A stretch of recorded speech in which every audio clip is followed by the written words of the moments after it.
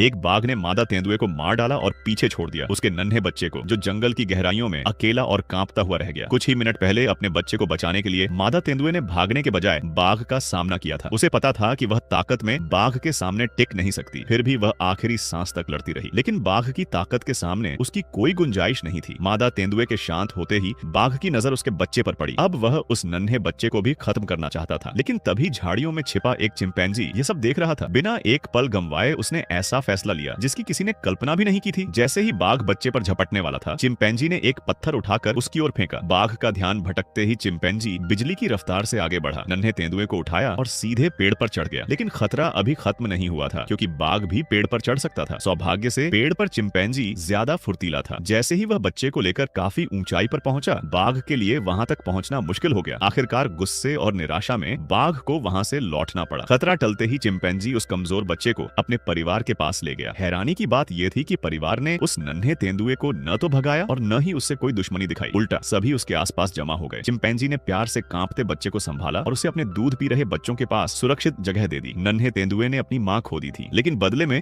उसे पूरे जंगल का शायद सबसे अनोखा और सुरक्षित परिवार मिल गया था। लेकिन कहानी यहीं खत्म नहीं हुई। एक हफ्ते बाद एक वयस्क चिंपैंजी उस बच्चे को लेकर अकेला पानी की तलाश में निकला। उसका मकसद सिर्फ बच्चे को कुछ खाना खिलाना था। तभी अचानक बाघ फिर लौट आया। इस बार उसके कदम और भी शांत थे और उसका इरादा पहले से ज्यादा खतरनाक था। वह बच्चे की हल्की सी गंध का पीछा करते हुए धीरे धीरे करीब पहुंच रहा था। तभी चिंपैंजी को खतरे का एहसास हो गया। उसके पास सोचने का समय नहीं था। उसने तुरंत बच्चे को उठाया और पूरी ताकत से भागने लगा। पीछे बाघ किसी साए की तरह उनका पीछा कर रहा था। सूखे पत्तों के बीच दौड़ते हुए दोनों के बीच की दूरी लगातार कम होती जा रही थी। तभी चिंपैंजी ने जोर जोर से आवाज लगानी शुरू कर दी। यह डर की चीख नहीं थी, बल्कि अपने परिवार को बुलाने का संकेत था। कुछ ही पल बाद जंगल के भीतर से जवाबी आवाजें आने लगीं और अचानक एक ताकतवर नर चिंपैंजी सामने आ गया। बच्चे को बचाने के लिए उसने बाघ का सामना करने का फैसला किया। अकेले बाघ से भिड़ना लगभग मौत को बुलाने जैसा था, लेकिन चिंपैंजी को अपनी ताकत पर नहीं बल्कि पूरे परिवार की ताकत पर भरोसा था। अगले ही पल चारों तरफ से कई वयस्क चिंपैंजी वहां पहुंच गए। इतने सारे चिंपैंजियों को देखकर बाघ के पास कोई रास्ता नहीं बचा। आखिरकार उसे फिर पीछे हटना पड़ा। जंगल में दोबारा शांति लौट आई और वह छोटा सा तेंदुआ बच गया। शायद पहली बार उसे महसूस हुआ कि यह जंगल इतना डरावना भी नहीं है, क्योंकि अब उसकी रक्षा करने वाला सिर्फ एक नहीं, पूरा परिवार था। अगर आपको ऐसी हैरान कर देने वाली जंगल की कहानियां पसंद हैं, तो चैनल को अभी सब्सक्राइब जरूर करें।